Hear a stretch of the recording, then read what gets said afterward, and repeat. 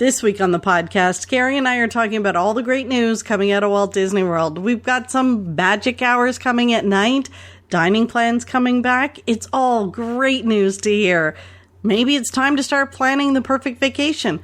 Who makes the perfect travel companion? Well, there's some very specific qualities that Carrie and I both look for in a travel companion. Stay tuned to find out what they are. You're listening to the Pixie Dust Fan Podcast. Hi, I'm Francine. And I'm Carrie. We're two best friends who can't stop talking, usually about Disney stuff. Sometimes we have fascinating guests, and sometimes it's just us. But it's always positive and fun. We're happy to have you join our chat. Thanks for listening, and let's get started. Hi, Carrie. Hello. How are you? I'm good. How are you? I'm good, thank you. It's been a good week for you?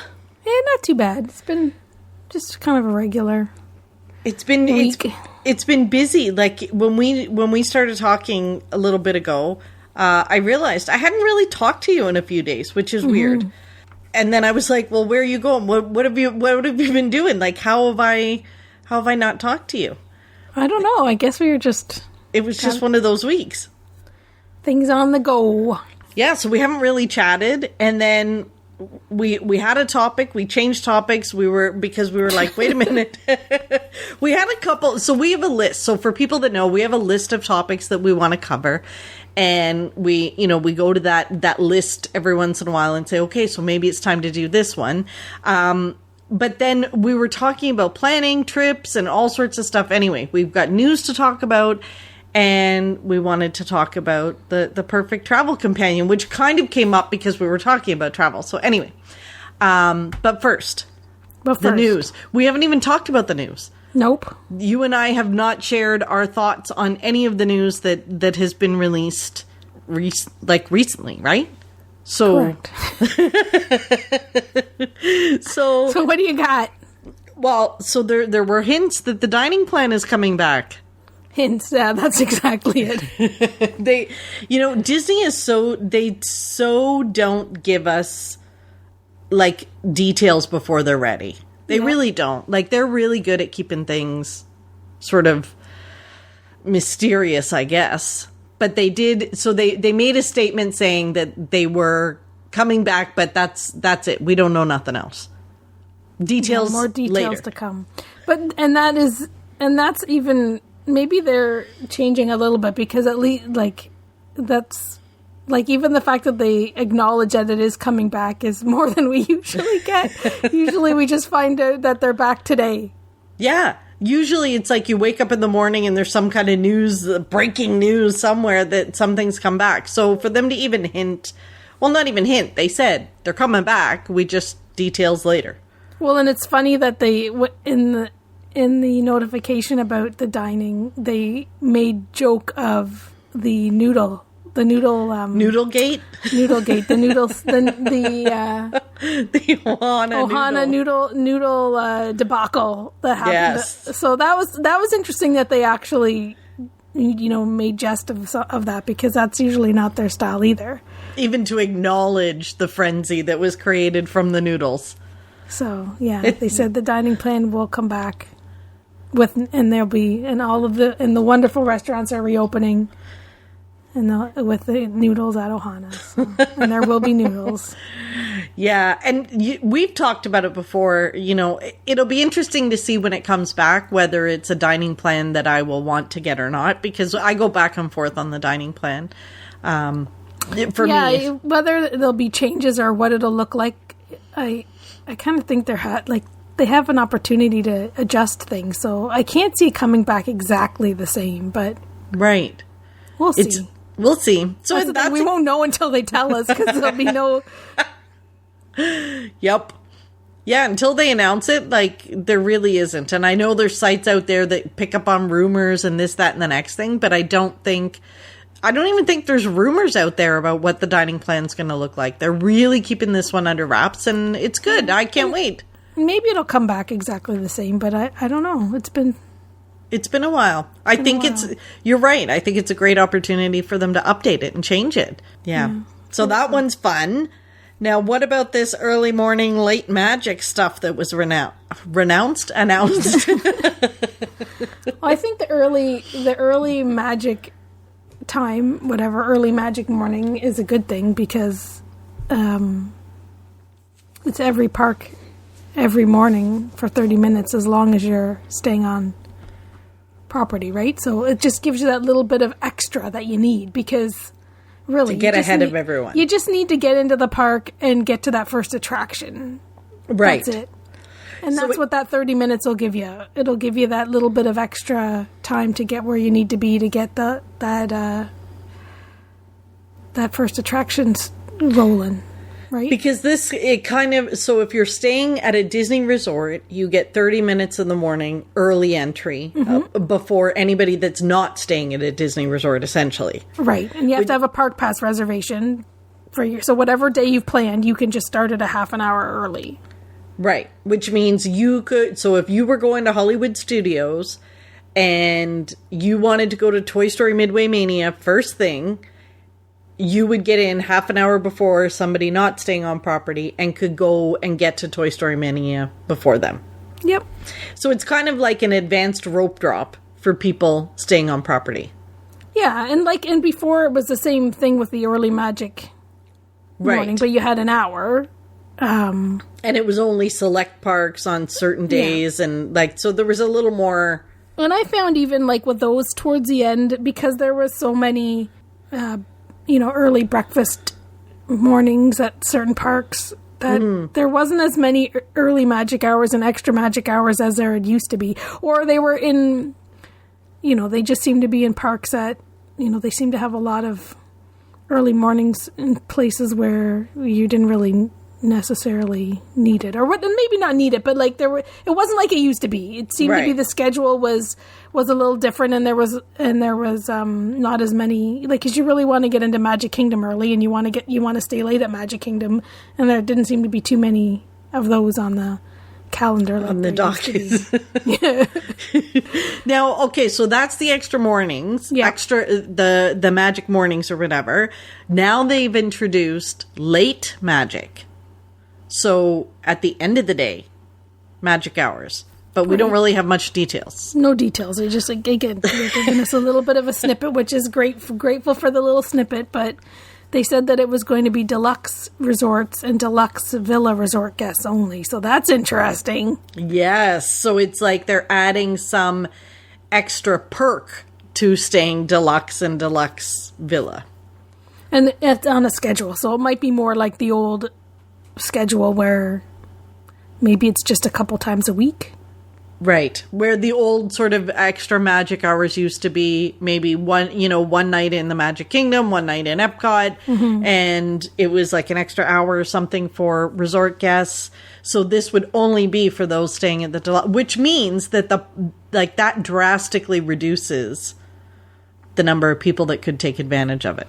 Yeah, and you have to want to stay, the thing with the early and the late is you have to want to be there early or stay late too. So it's not for everybody. I never take advantage of the morning ones, but I do take advantage of the evening ones. I like the evening ones better than the morning. But it's like when there were only a handful of resorts and there used to be extra magic or those things. It was great because the parks were really quiet. And so it was quite a perk to staying on property. But then once they kept building resorts after resort after resort, really, you didn't notice much. It really wasn't that big of a difference in crowd levels for early morning or late magic. So now this late magic is really limited because it is only deluxe and deluxe villas. Do you think back in the old days, too, though, when they had the early morning's one thing, because you can't get in unless you're whatever. Right. But the late night, how they did, towards the end, did they really swoop the parks and get rid of people like they were supposed to? If you weren't trying to get on an attraction, did they really kick you out? No. I don't know, and I really didn't do a lot of late nights or early mornings in any recent years, really, because No, they didn't. Honestly, unless you were trying to get on an attraction, there really wasn't much that they were doing. The only time I have ever seen them really kick people out of the park is during a party. That's the only time. Yeah. So it'll be interesting to see how this one is, but I'm assuming, to your point, it'll be like less attraction wait times because you can't get on the attraction unless you're staying at a but deluxe resort. But it's still nice, like, I guess, and maybe that's a difference between like years ago going to Disney and then going to Disney as someone that goes a lot, is like I would rather have the park empty and have those people out of there and have a full experience of an empty park and shorter lines than just having people like hanging around because they can and they can't go on attractions, but the park still looks kind of busy. Yeah, I think it just speaks to Disney making some changes, and it'll be interesting to see when Fast Passes come back what they look like. Because I'm sure they're coming back. It's just a matter of what do they look like and possibly how much do they cost. Maybe they'll adopt some of the same thing that they do at Disneyland. Yeah. And you know what? Even if it's just spreading out the crowds a little or it's making things more enjoyable for everyone, I like it. Yeah, for sure. Be interesting to see. And then you heard about PhilharMagic. Yeah, a little bit. What are they? They're adding a new scene. Coco is making an appearance in PhilharMagic. Yeah. That's pretty cool. And the way they love PhilharMagic though, so Me too. I love it, and I can't wait to see, like, I'm just glad they're sprucing it up a little bit. But they the way they said it was like Coco with Donald Duck, and I'm thinking, well, of course, because he's the star of the show. How would they do it without Donald? I guess it's been so long since I've watched it though. Like it'll be interesting because I'm trying to think of how they would transition it. Yeah. Into which scene. Maybe it's like something, because the colors and stuff would kind of be around the Lion King colors. You know, maybe when they finish that scene of Can't Wait to Be King. Maybe. Like, I wonder, are they going to shorten any other scenes, or are they actually just going to make PhilharMagic longer? It's it's a lot of those, like, the same era of movies, and then Coco. Yeah, it's nice to see them add some new stuff. It'll be interesting. Yeah, I can't wait for that. The resorts are opening, things are open. There's only a handful of resorts now that aren't open. Yep, it seems to be a lot of news of things opening, restaurants returning, things just coming back. Yes. One after another. It seems like every day it's like a snowball, right? Mm-hmm. Of news coming out. You know, I'm sad that I missed the whole time when it was like nobody in the parks. But I'm excited to hear things getting back to normal. And hopefully in the next couple weeks, we'll be talking about my next trip. We will be. Yay! So I'm excited to start talking and planning that and getting back to the magic. And maybe convincing my friend she should come. Well, and one of your wishes has come true, because they've brought back Epcot Forever. I know. So I need to get there before Epcot Forever is retired for Harmonious. So Epcot Forever and what's it called? Happily Ever After both are back at the parks. And I'm so excited, and it just makes my heart feel so full. It was really cool. Did you see they had Jordan Fisher the night they did so they had a special showing for cast members only of Happily Ever After before it was the public to see it. And they had Jordan Fisher. I saw a little clip of the crowd like reacting when Tinkerbell flew the first time. That was pretty cool. It's like all the good feels. Mm-hmm. Just to see it all come back, it's so exciting. It's so exciting. Little tears. I don't know what it's going to be like when we first see them again for ourselves. You know, I don't know, because I'm going to get there to see Happily Ever After and Epcot Forever before they're retired for the 50th stuff coming. Mm-hmm. So then there's the talk about getting back to the parks and planning the next trip and the vacation, and then it leads to the question of, well, what kind of person do you want to travel with when you go to the parks? So you and I were having a very quick discussion, and then we were like, okay, let's stop talking about it because it's perfect for the podcast. So we don't want to talk about it before we talk on the podcast, or then it's not like organic and authentic. So we were talking about you're planning a trip. an adult's trip, because maybe it would be different if you were planning with kids. You might have a different criteria for the perfect travel partner. But we were just talking about, for us, like, what is the qualities of the perfect travel companion to go to Disney with? And you were like, oh, I can describe it right away. Oh, boy. And just for everyone listening, it was not me.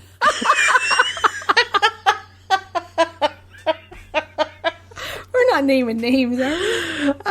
Well, you named a name, and it was not my name. You have, like, the perfect travel companion, everything rolled into one, and you have bragged about this person to me before, about what a great travel companion she is. We all strive to be this cool. But what are the qualities that make her such a good travel companion? And then we can all aspire to be these things, right? Oh, my goodness. Well, okay, so what's, like, for me, one of the first things that I would say about a perfect travel companion is organized. Like, somebody who knows what they're doing, what they want to do. I don't have to stress whether they've brought their own sunscreen, they have their own stuff. Like, they're just organized and can take care of their own stuff. I think, there's different types of organized, right? So that, like, having someone travel with you that, they're taking care of their travel business, that you don't have to worry about, holding their passports or making sure they've packed everything that they need. They're a seasoned traveler, and they got that all taken care of, right? Like, I find organizing, like, the trip, I'm the one that's usually organizing all aspects of the trip, but it's nice to have somebody that participates and helps organize to a certain extent some other things, right? Like, being the person where everybody's looking at you to answer all the questions and point everybody into the right direction. It's fun to be organized and to have those skills to be able to pull a trip together, but it's a pain in the butt when, like, you have to make every single decision. So having the right mix of, like, it's okay to be the person that plans everything and gets everything in order, but then has a partner that's traveling with you that's going to, like, give their 2 cents and help make certain decisions, so that you're not the only, one that's running the show, right? Helps. So somebody who's making some decisions about the trip as well. Oh yeah, like, what do you want to do today? Like, should we do this or this? Well, what about what should we, what's the perk of doing this versus that? Okay, well then let's do this, and you make a decision together to move forward instead of everybody looking at you to go, well, what are we going to do next? I don't care, like, whatever you want to do. And it's a lot of pressure. Kind of weighs on, and it's just nice to have. It's a lot of pressure, but it's just nice to have, travel companions that actually, participate in a little bit of it. Like, it's one thing to be the expert that can help guide the basis of it, but it's nice to have a travel companion that'll contribute to some of the decision making. Yeah, there's nothing, like, I find it so stressful when you're there with people who they see you as the expert, which is fine, but then you're solely responsible for making the decisions. Where are you going? What attraction are you going on? Where are you eating? When are you stopping for a break? All of that, it weighs heavy, because then it's hard, because you feel like their entire experience depends on you. Well, and I think for that, I could take it to a different level. Like, I think if it was somebody that had never, ever been before, that's one thing, right? Like, because I'm okay with guiding and making sure people do everything that they need to do, make sure they experience all the things that are the most important, bring them to the most popular restaurants, because that's their expectation, right? Like, they want to have this fabulous time of these tried and tested places and have the experience. Like, that is okay with me, but it's more like when you travel with the same people over and over and over again. And sometimes, like, and not even Disney trips, like my family, where I travel to other places with them, and they've been to these places as many times as I have been, but I'm the one that's got to make all the decisions about what to do or where to go. Yes. But yeah, like, I've definitely been to Disney with friends, and I think when it's somebody that's never been, like, being that sole decision person is kind of fun, because like they're depending on you to show them the ropes, and they're excited, and you get to experience their excitement for the first time. So, you know, I guess I don't mind it if it's that scenario, but yeah, every once in a while, like if it's their first time, for sure, because then you get to experience their excitement. Sometimes I like to go when I am not the decision maker, meaning, so, you know, yes, you might consider me the expert in my family. However, when I go to Walt Disney World with my nephew and his wife and their kids, I make no plans. I just do what I'm told. He makes all the plans. Where are we going? What are we, like, he's got the attractions mapped out, the food, like everything. But then when you figure if there's like 8 of us, you need that kind of plan, or else we'd never get anywhere. Because we'd all stand around going, what do you want to do? I don't know. What do you want to do? So when there's a group like that, it's definitely good if somebody can just make the plans. I just don't like to be that person. Mm-hmm. I also don't like to plan that much either, because I'm kind of a wing it kind of person. I like to get up in the morning and see how I feel. But if you have 2 wing it kind of people that go to Disney all the time, then it's like you and I, we pretty much do the same things. We come back and we're like, dang it, we probably should have done these 45 things. But instead we just did what we always do. So yeah, maybe we're not the best travel companions for each other. Well, that's the thing. So that's the other thing that makes a good travel companion, is someone who's similar yet very different. Mm-hmm. Meaning they'll test your boundaries of what you want to do. So you're not doing the same thing all the time, or going and doing things that sort of fit inside your comfort zone. Yeah, for sure. It's like they bring something to the planning or itinerary or whatever part of the trip that you would not normally do. Mm-hmm. Mm-hmm. I think we do that for each other a little bit. For sure. Well, we're a little wing it, but I think we definitely need more. We do need more of an agenda. You think? Yeah, of things we need to accomplish now that we're you know, on episode 100 and whatever of a podcast. We should have more solid plans. A little bit. Things we need to check out or accomplish. Right. Like the bread service at Sanaa. I have to go do that. Like, that's on my list. Check. But like really, like regularly, like we would just go and we'd be like, yada, yada, yada. And we wouldn't. What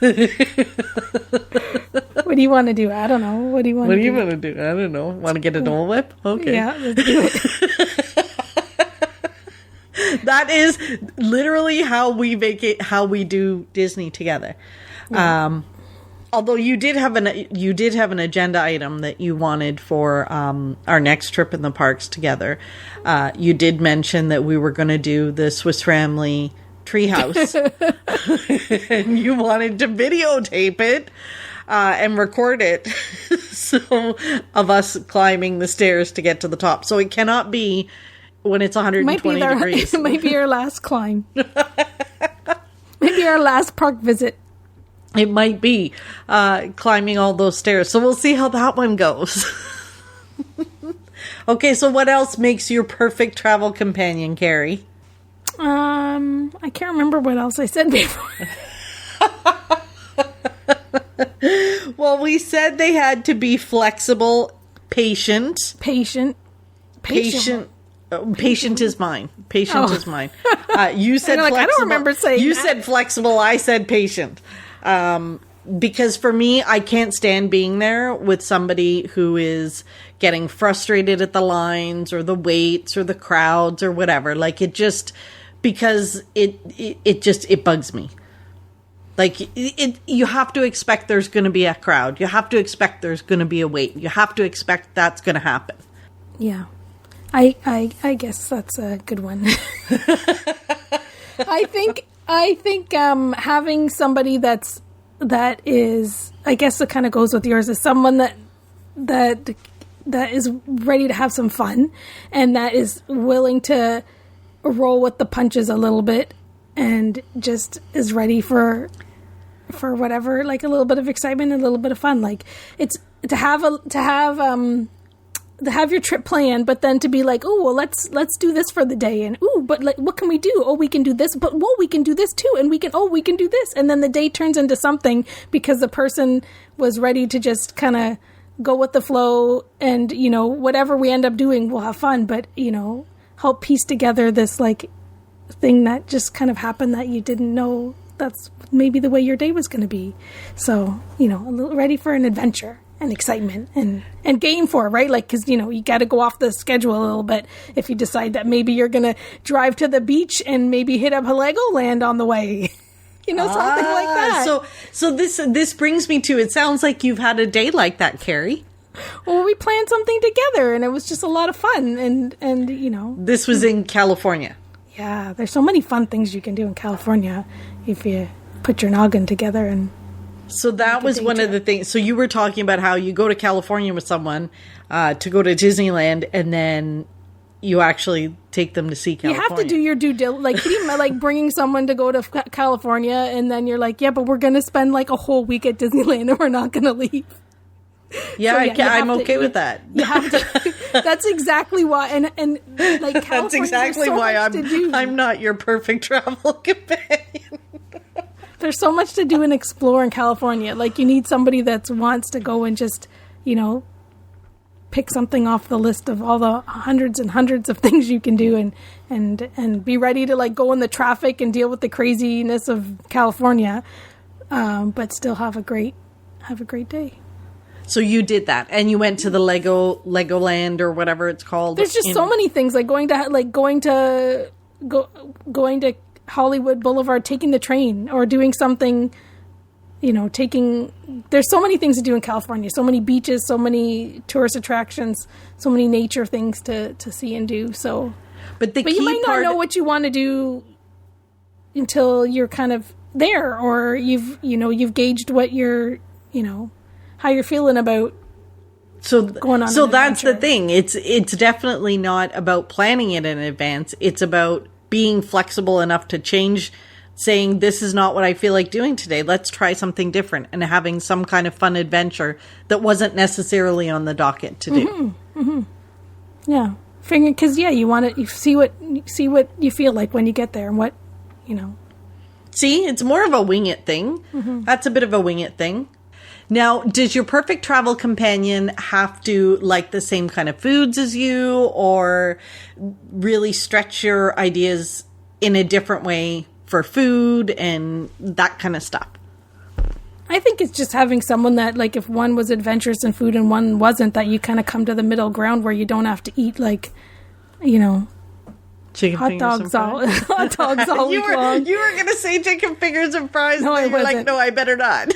No, I was going to say corn dogs or whatever. That that you can find places that work for both, and that's a little bit different. So the corn dogs. Now that you say that, Casey's is back open again. No, that's why I said it. That's why you were thinking corn dogs. Mm-hmm. You're not a big fan of those corn dogs. I like Disneyland corn dogs. That's why. I don't think I'm doing a good job of talking about all of my travel companions.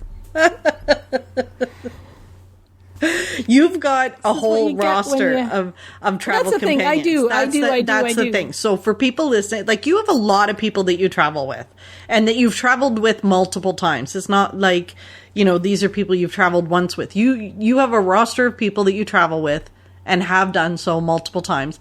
But they're all very different. Mm-hmm. Like, I know some of your travel companions, and I know that I am nothing like some of them.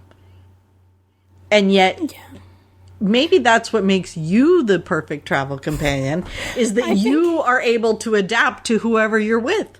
I think for me, I just want to have somebody, like, the one thing for me with traveling is that you're on vacation.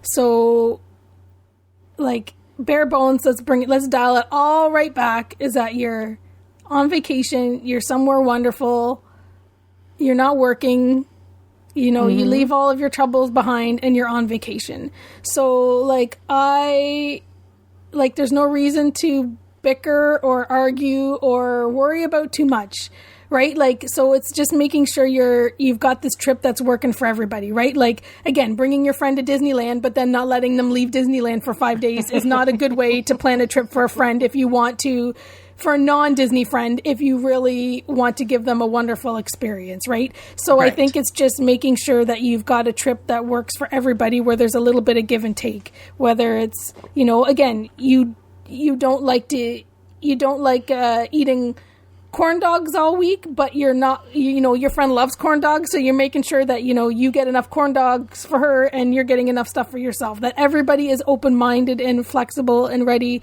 to just have a good time. Like, that's really my bear.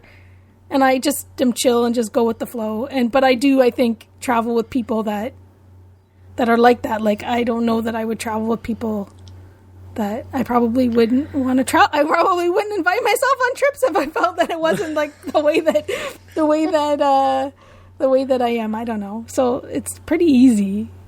So, and I like traveling with certain people. Like, I have a friend that, like, a couple, well, I think most of my friends that I travel with now is just like, if you know Disney and you love Disney, you just kind of go with the flow. Like it's nice just to decide, hey, do you want to go here? We haven't done this in forever. Do you want to go to our favorite place to get ice cream? Do you want to do this? Do you want to do that? Like, we do some of the favorite things, but then, you have an idea to do something and you're like, yeah, sure, let's do it. Like, you're going back again and again, and you just go and have a good time and just roll with the punches. So no pressure to be the one that makes a decision. You just kind of go and have a good time because no matter what, the person you're with and the place you're at equals fun.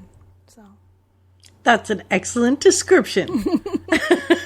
And it does make a difference if you're both in the sort of same realm of where you are. So if you're both fans of Vegas and you're in Vegas and you've been there multiple times together, you have that kind of ability to plan your trip and go with the flow. And same thing when you're going with Disney people. When you're hanging out with your Disney friends who go all the time, there is that element of go with the flow, and you don't feel that sense of urgency of, I have to do everything, because you're going to be back, and we all know we're going to be back. So you kind of have that. So if your travel companions are in the same sort of level in terms of visiting these places, it makes it a lot easier.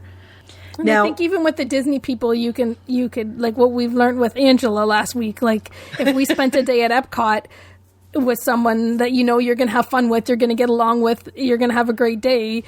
But if you said to Angela, okay, Toots, like this, like show us the ropes, and you get to do things with Disney people, because everybody does Disney a little bit differently, right? Like, I've hung out with some of my Disney pin friends at the parks, and the stuff that they do and the places they eat or where they go for their snacks or do whatever is totally different than what I would do time over time, right? So they can show you something different. Yeah, see the way that they love the parks and how it's different from the way that you love the parks, and you maybe gain some new things, new favorites, or new things to do. So that's so important. And people that will stretch what you do in the parks or at the resorts a little bit.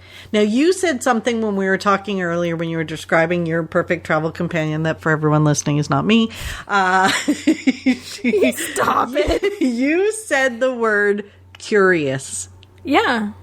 And that is such a great word to describe her, but also your adventures. Now, What is it that makes that so endearing for you when you're traveling with her, that she's curious?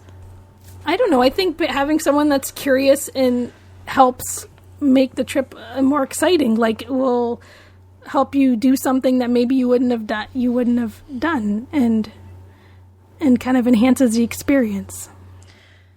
And because you've also told me that when you're there, it's fun to have someone who wants to know the stuff that you're going to tell her about the parks, or the things that, like, she really is interested in the stuff that's going on around her in the parks. But she's interested, exactly, like interested in asking questions about what was this and why is this, or when you're spouting off your Disneyland history tip, she actually truly thinks it's interesting. But wherever you go to explore, like the curiosity of wondering why something is something, or the history behind something, or why we should go somewhere because of why it's interesting, like having that curiosity and excitement to just make the best out of whatever situation, right? And that's so important when you're visiting Disney, somebody that's curious, especially with all of the details that Disney has. Mm-hmm. And for nerds like us who like to point some of them out, but we're still learning them all too. So it's great to have someone who's genuinely interested in hearing about why things are the way they are. Mm-hmm. And being able to always find something interesting wherever you are, like even outside of Disney, whether it's, visiting something an hour away or whatever, like always, finding the best and making an adventure out of it, just because it's fun, because you're on a vacation with one of your besties, right? It's just good. So So I think if we were to sum everything up, it's people that go with the flow, can manage their own stuff, ready for fun, and are ready for fun and adventure. That's it. That is the perfect travel companions. Who goes on vacation and isn't ready for fun, though? So maybe this has just been a waste of everybody's time. Well, I think we've described some good things. You know what? I think it's important, too, to remember when you go on vacation that you're there with other people, too. So it's not just your vacation, it's their vacation, too. And to be able to adapt and hang out with people and see what's important to them, too, is all part of the fun. Yeah, and I think especially with planning a Disney vacation, as the person that's planning an itinerary, like the moms out there that are planning these perfect first trips to Disney, like there's so much pressure and it's easy to get caught up and worry about seeing everything and doing everything and maybe losing sight of the fact that at the base of it, you have to make sure that everybody stays happy and entertained and not hangry and whatever, right? Like there's so many, and I know when you're on holidays, especially to Disney, kids have meltdowns and dads get hangry and all that stuff. And in the end, you're in that Disney bubble and you forget about it and all is wonderful. But yeah, like you lose sight of, like, you need time to rest. You need time to swim. You need time for magical moments. You need time for ice cream. You need time for corn dogs. You need to kind of fit in all kinds of different things in your itinerary to kind of have a nice flow, where, you survive and you don't come home wrecked from wrangling your family of 5 for the whole week. Mom needs to have a good time too. So exactly. And you know what, Carrie, that is such a good topic that we have on the docket for another podcast is, first trip mistakes to avoid and things from all of our experience, and what should people not do when they're planning their first trip and what should they do. So that's definitely an episode that's coming up. And hopefully that won't be a waste of everyone's time. I'm just joking. I just don't feel like, when I was chatting, I'm like, am I really saying anything that makes any sense? You are. You always make sense. Well, you make sense to me. To the topic at hand. You're going to Disney, so everybody's got to have fun. Is everybody ready to have fun? Because if not, you're not my travel partner. But you know what? It's so funny because unless you say it, it's not like you actually have to say it. People are afraid to say stuff like that. Like, if you want to come to Disney with me, you got to be prepared to have fun. That's it. We look for fun everywhere. We do. Which is why it's so important we find pixie dust every week. Carrie. Yeah. You have pixie dust this week. Yeah, it was a tough one. I don't know if I have pixie dust or not, really. What do you mean it was a tough one? I don't know that I went too far. I guess my pixie dust, like last week, I was excited because I went to the thrift store and found well, you ruined it. Last week you had 2. That was the thing, right? Like you did 2. I did? I don't even remember. I think so. I think you did. Yeah, so I don't know. I did some. I was pretty excited that, not the same trip, but later in the week, I went back to the thrift store to do a bunch of donations because I had all kinds of stuff ready to be donated, and then our world closed down again, and for the last 2 months we haven't been able to go into stores and we weren't able to donate things. So I was kind of excited that yesterday I got to donate a pile of stuff that had been sitting around. That's exciting. That was exciting that I finally, after so long, it's good when you get to clean out a little spot of your house and you've got stuff, especially when you've had it packed and ready to go for so long.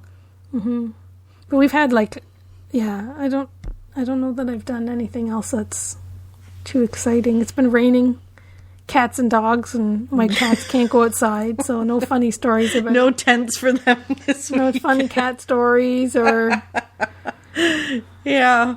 Is that why we haven't talked this week? Maybe. Maybe that's... I'm working. You know, I don't have exciting pixie dust like you do this week. What's your pixie dust? I happen to... Well, my pixie dust, you saw it on my Instagram story, because I was very excited that Disney they're not selling the annual passes yet. However, they did allow me to renew my DVC one. Nice. So, because I'm starting to plan. I'm starting to think about August, and fully vaccinated now. Woohoo! And looking forward to getting back to the magic. And so I need my annual pass. And I had left a message with guest services, and they called me back. And yay! So... You're a pass holder now. I'm a pass holder again. So I'm so excited, and I can start planning. And I haven't quite figured out exactly what my trip's going to look like. All I know is that I'm going, and I'm going to, you know what? I've been working from home for 1.5 years. So it's time to get to Florida and maybe work from there for a little bit. Let's see how that works. You know what, Carrie? It bugs me. Everybody that I talk to, they work from their cottages. They work from here. They work from there. I've been working from my little home for 1.5 years. I've gone nowhere. I've done nothing. So maybe I need to try. I just don't know if Disney Wi-Fi is going to be okay for me to do all my video calls. Have you seen any of the funny TikToks where, like, they say people have to go, they're being called back to work, but then they say they live somewhere else? I don't know if they're jokes or if they're real, but I've seen a few of them, because I guess seriously, a lot of places are calling people back to work, like on Monday. My Unmagical job has started talking about people going back to work mid-September. And I'm thinking, are you kidding me? You only allowed me to get a haircut last week, and now you want me to go back into the office in September, and I haven't even been to Disney. So my message to my boss was, I am not coming in the office till I've been to Disney. Sorry, let's get our priorities straight. I need to go to Florida before I come into the office. And start getting ready. The other day I was thinking about you, because I took out my Alex and Ani bracelets and I polished them all up. Have you worn yours at all in this past? Carrie, I have not had a stitch of jewelry on in like 1.5 years. Like, I think my Apple Watch is dead. I don't even know if it'll charge. I've not had rings, earrings, bracelets, nothing. Like, I had to go out yesterday to the doctor's, and I was sitting there and I thought, I don't even know if my sister's texting me. And then I went to look at my wrist, because normally I would get the notification on my watch, but I don't even wear it. Like, I haven't worn nothing. Well, you better take out your Alex and Ani, you better polish them up, because they might not look as good as they looked. You could polish them all up. I might have to. So that they're ready to go, so you're ready to jingle jangle in the parks. Who are we kidding? I haven't had shoes on for more than an hour in the last 1.5 years. Like, it's crazy. I don't know if I'm gonna even have the energy in the park. Who cares? I don't care. I'm just going, and I'm hopeful that my travel companion will manage to get down there for a little bit with me too. So fingers crossed. And we'll figure out, I don't even know about recording the podcast from there. It's been so long since I've been there recording the podcast. It was, I think you're going to be too busy for us when you get down there. So I'll be like, hello, aren't we supposed to record? And you're going to be like, no, I got to go watch Epcot forever. Oh my gosh, I can't wait to see it again. I'll be here by myself going, hey guys. We will figure it out for sure. But hopefully everybody enjoyed the episode. And yes, sometimes we're just babbling fools. And Carrie, we will chat next week. You betcha. Maybe. All right. Thanks for listening to the Pixie Dust Fan Podcast. We hope you enjoyed the episode. Make sure you're following us on your favorite podcast player so you'll get a new episode every week. And find us on social media too. We'd love to hear from you. Till next time, remember, you are never too old to be young. Chase your dreams and design your own happily ever after.